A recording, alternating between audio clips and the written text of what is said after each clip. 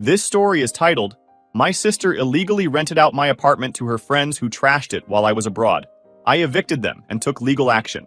Hey guys, I have a story that happened to me lately. It's one of those moments where you think you're just being a good sibling, doing something nice for family, and then it blows up in your face so badly you start questioning if you've ever made a smart decision in your life. Honestly, I'm still trying to wrap my head around everything. But here's the deal.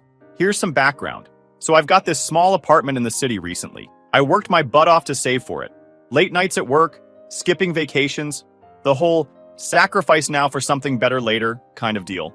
Finally owning it felt like I'd unlocked some secret level of adulthood. This place wasn't just a roof over my head. It was proof I could build something for myself. After years of living with my parents and constantly bailing my sister out of her big ideas, this apartment was supposed to be my fresh start. Mine and mine alone. Now, my sister. She's the opposite of me. She's younger, still living at home with our parents, and, let's just say, her track record with responsibility is shaky. She's always been the big ideas, no follow-through type. Growing up, she was the one who convinced me to join her schemes, like selling lemonade on a day it rained, or trying to train our dog to skateboard. I'd usually clean up after her messes, and somehow, she'd always charm her way out of trouble. And it wasn't just childhood stuff. I still remember the time in high school when she borrowed my car to impress her friends. She came back hours later with a dented bumper and the gas light blinking. I was furious, but she just laughed and said, "Chill, it's not a big deal." My parents made her apologize, but nothing ever came of it. I ended up paying for the repairs myself. Back then, I let it slide because she was my little sister. But her last incident was on a whole different level. So, a few months ago, she started dropping hints about how cool my place was and how she'd love to hang out there. At first, I thought she was just being complimentary, but then she outright asked if she could use it sometimes to hang out with her friends. "It's so close to everything," she said. "It'd be perfect for a weekend chill spot." Now, I don't know if it was my guilt from being the successful sibling or just my stupid trust in family, but I said yes. The rules were simple. No strangers, no parties, and keep it clean. She promised she'd respect the place and even called me the best ever. Anyway, fast forward to when I got a short-term gig teaching overseas for 2 months. Before I left, I told her she could stay over occasionally if she needed a break from home. Same rules applied, no strangers, no mess. She agreed with a smile. My parents even chimed in with their usual, "She looks up to you so much. It's good you're helping her." Well, I got back a couple of days ago, and honestly, the nightmare started before I even got inside. The door wasn't locked, it wasn't even closed properly. It was slightly ajar, just enough to make my stomach drop. My first thought was, did someone break in? My heart was already racing as I pushed it open, and I can't even describe the smell. You know that rank combination of stale cigarettes, greasy old pizza, and just pure filth? That's what smacked me in the face. For a second, I just stood there in shock, trying to process it. I wasn't prepared for what I was about to see. My living room looked like it had hosted a week-long frat party, and no one bothered to clean up. Trash was everywhere, and I mean everywhere.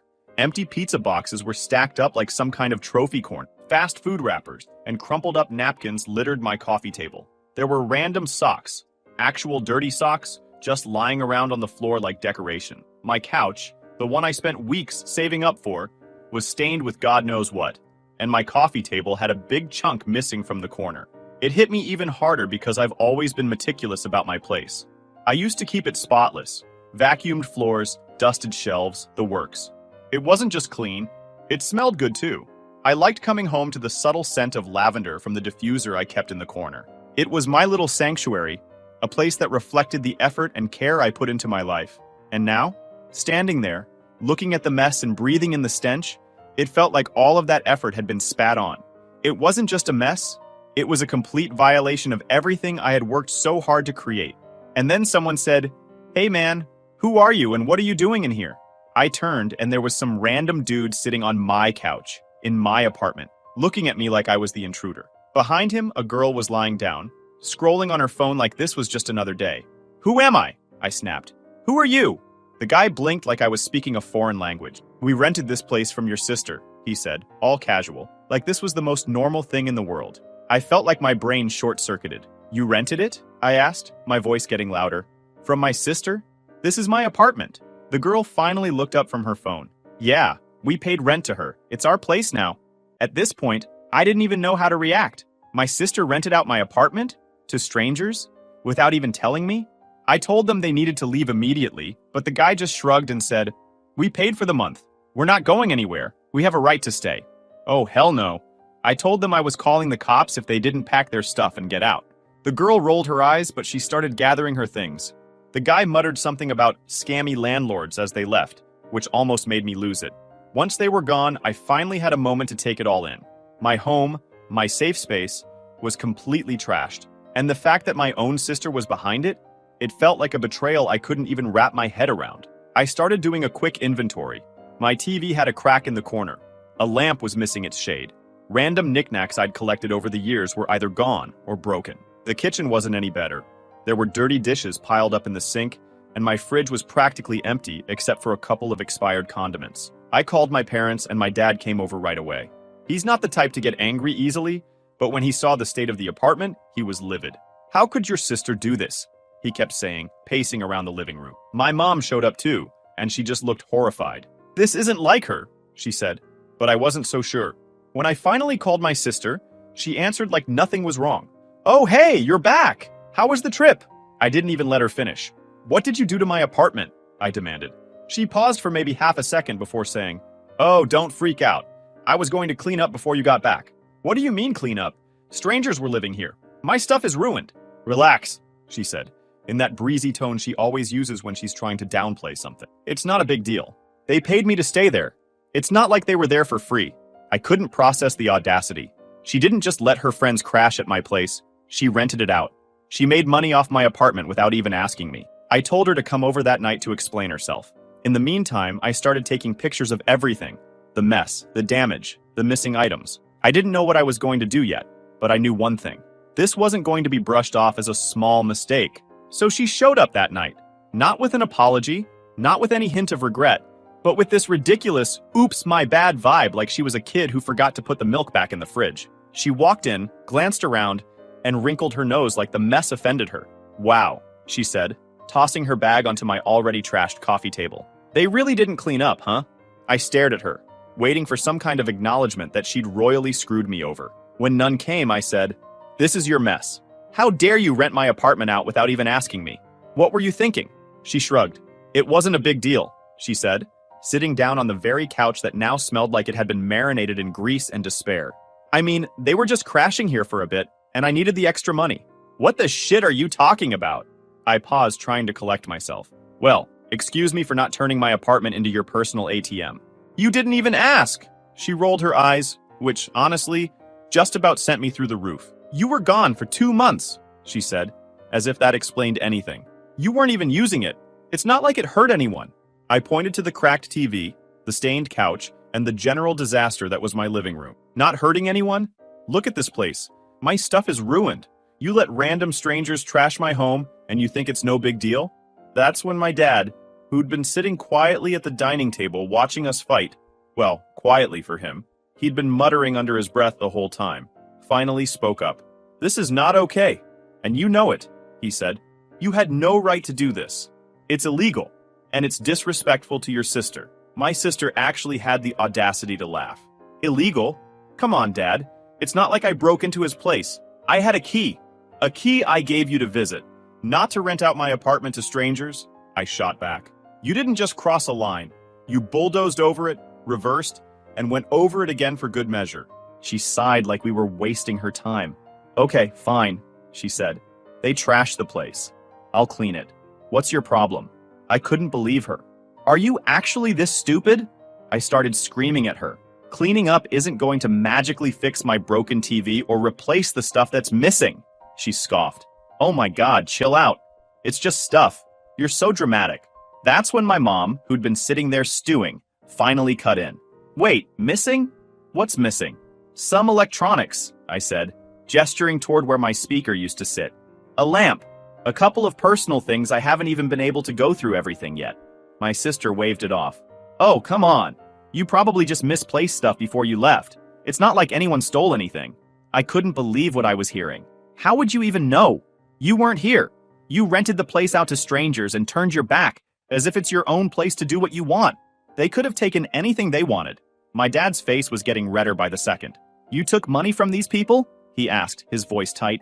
"Yeah," she said, like it was obvious. I mean, they didn't stay for free. How much? He asked. She hesitated, then mumbled a number that was so embarrassingly low, it almost made me laugh. You rented out my entire apartment for that? I said. You didn't even cover a fraction of the damage they did. I needed the money, she said again. Like that justified everything. For what? I demanded. What was so important that you thought you could just sell my apartment behind my back? She looked away, muttering something about bills and stuff, which I didn't buy for a second. Knowing her, it probably went to takeout and shopping sprees. At that point, my dad lost it. He slammed his hand on the table, making everyone jump. You're going to pay for this, he said, pointing at her. All of it. The damages, the missing items, every single thing you owe your sister. Her jaw dropped. I don't have that kind of money, she said with an attitude. Then you'd better figure it out, he snapped. What do you expect me to do? Pull it out of thin air? She shot back, her tone getting defensive. I expect you to take responsibility for your actions, he said firmly. Responsibility? You're acting like I robbed a bank. It's just an apartment. It's my apartment, cutting her off. And you stole from me. You stole my trust, my space, and now my stuff. Don't you dare act like this is no big deal. For a moment, she looked like she was about to argue again. But instead, fine, I'll figure it out, she said, standing up. But you're making this way more dramatic than it needs to be. Oh, trust me, I said, glaring at her. We haven't even started. After her Oscar-worthy, I'll figure it out exit, I sat there staring at the mess that was once my apartment. My dad was pacing and my mom was sitting quietly. Classic family chaos. My dad finally stopped and said, You need to do something about this now. She's not going to take it seriously unless there are actual consequences. Yeah, because she's been so big on personal accountability. I mean, why wouldn't she take responsibility after shrugging off the fact she turned my home into a dump for strangers? I said. He ignored my sarcasm. I'm serious. If you let her get away with this, she's going to think she can do it again. I didn't need convincing.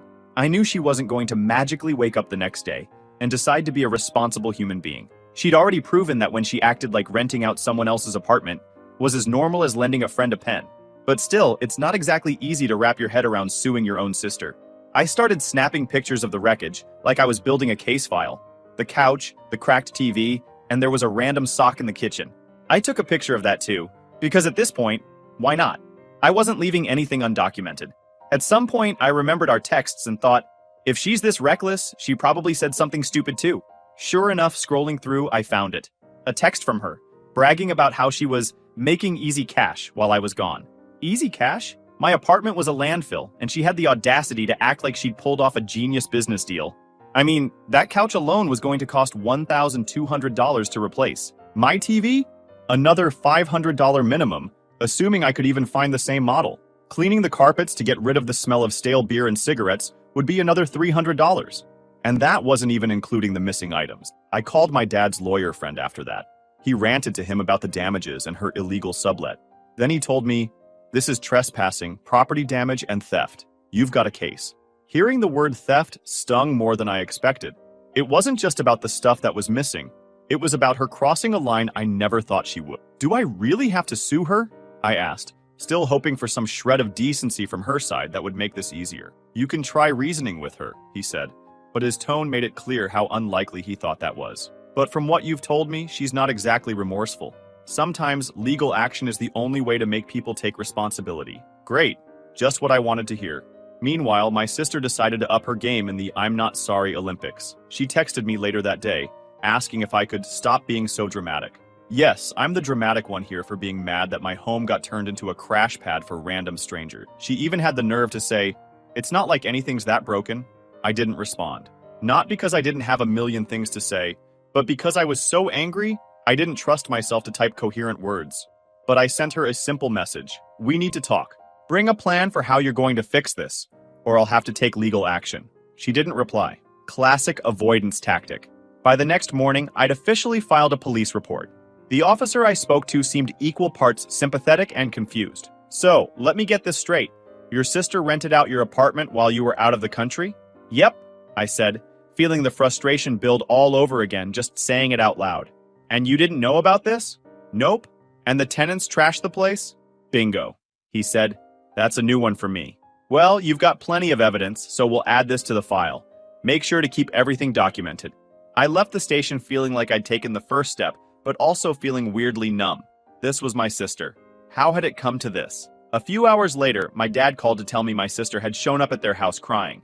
She'd apparently realized I wasn't bluffing about the legal action and decided to play the victim card. "He's going to ruin my life over a little mistake," she'd wailed. My dad wasn't having it. "This isn't a little mistake," he told her. "You stole from your sister. You put strangers in his home, and now you're trying to make yourself the victim? Grow up." She didn't take that well.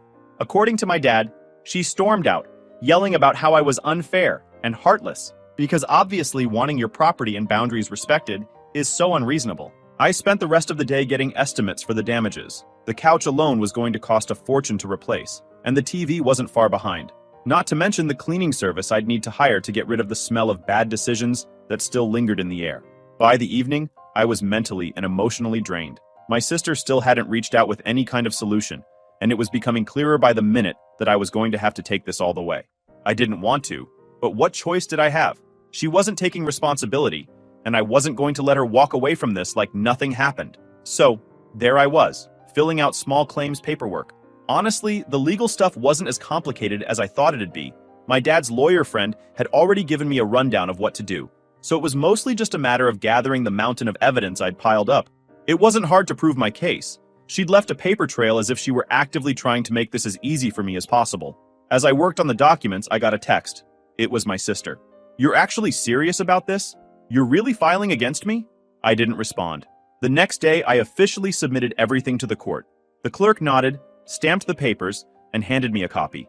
"You'll be notified of your court date." Later that evening, my parents called to check in. My dad was still firmly in my corner, though he sounded exhausted. "She came by again," he said. "Let me guess," I said. "More tears and excuses?" "Pretty much," he replied.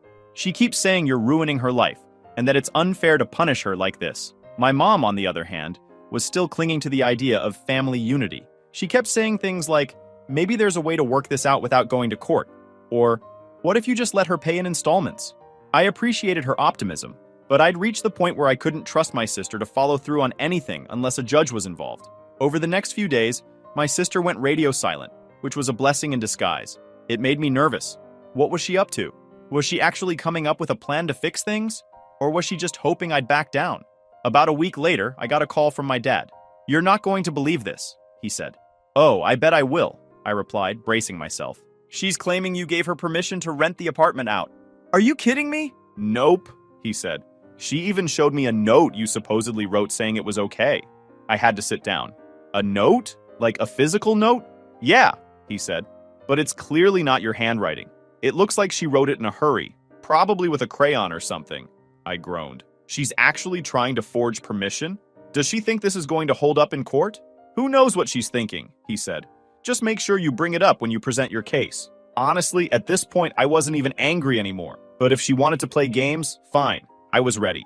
The court date finally rolled around, and let me tell you, it was an experience. My parents came with me for moral support, and I was more grateful than I wanted to admit. My sister showed up too, with some bargain basement lawyer who looked like he'd been paid in Monopoly money. She had the audacity to act like this was a personal betrayal, like I was the bad guy for wanting my life back in order. Her lawyer tried to argue that we had a verbal agreement allowing her to rent the place out. The judge wasn't buying it. "Do you have any evidence of this agreement?" she asked. The lawyer stammered something about the note, but when the judge saw it, she said, "This is your proof?" "It's, a little rushed," the lawyer admitted. "A little rushed?" I said, unable to stop myself. "It's fake. I didn't write that, and anyone with eyes can see that." The judge said, "Agreed.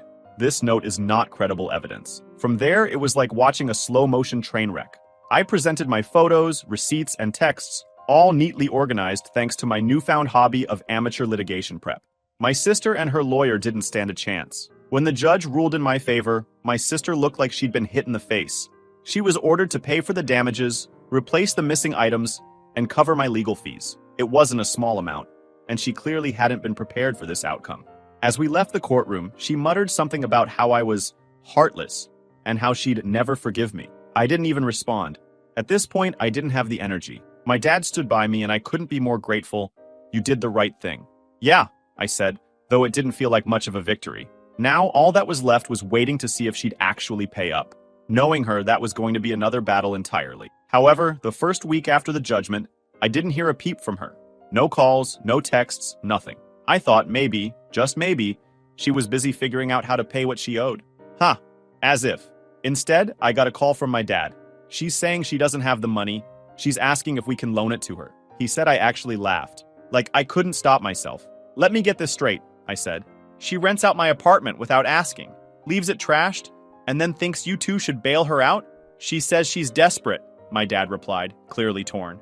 Desperate? She wasn't desperate when she pocketed the rent money, was she? I shot back. My dad sighed.